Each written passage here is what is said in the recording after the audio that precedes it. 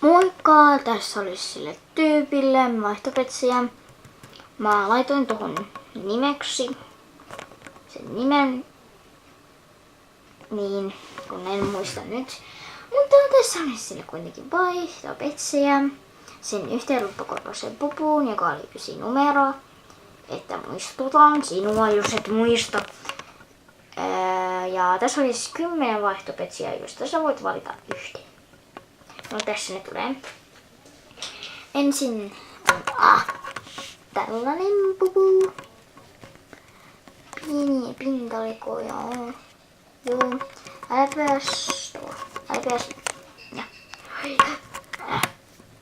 Ja tossa on vähän kulmaa. Tai siis lähtenyt glitteriä. Ei tästä muuta huomioitavaa. Sitten kakkonen. Tuolla leuassa on vähän piste. Juus näkyy.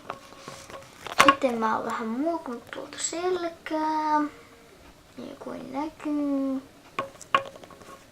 LPS ja tavallinen reikä. Ja sitten on kolmonen. Eli tää on possu. Ja siinä on tuollainen pieni piste. Kun tulee pois. Ja koitan raaputtaa se pois. Se piste lähti, mutta kuitenkin siihen jäi vähän takaa. Sitten on reikä ja PS. Se oli 3. Sitten on 4. Tällainen koira.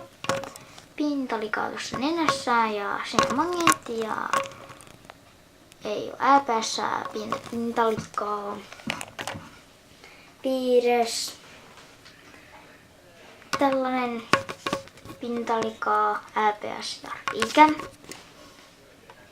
5 oli. Possu, ei pintalikoja, uuden veroinen, ääpääs ja reikä. Et mä en nyt tehnyt tänään oikein mitään. Tällainen pintalikoja, aika vanha, sellainen ensimmäistä ja reikä ja ääpäs. Eli se oli sitten 7 ja toi oli 6.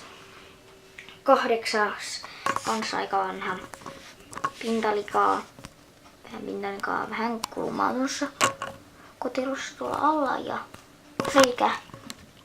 Onko täällä LPS-metsästys? Ei ole. Turhaan metsästin. Eli se oli siis 8. Olisiko veikkaus? Ja pimiini ei oo oikein pintalinkoja ja sinne magneetti ja ei oo LPS. Sitten viimeinen eli 10. Panda. LPS, vähän pintalinkaa, reikä. Ja ettei tässä olisi hirveä pitkä, niin mä en oo vaihtamana. Ja sä saat valita tuolta yhden, jos ei mikään kilpaa, ei haittaa. Ensi kerran sitten. Ja. Voisiko sanoa jo moikka? Tossa ne oli ja sitten moikka.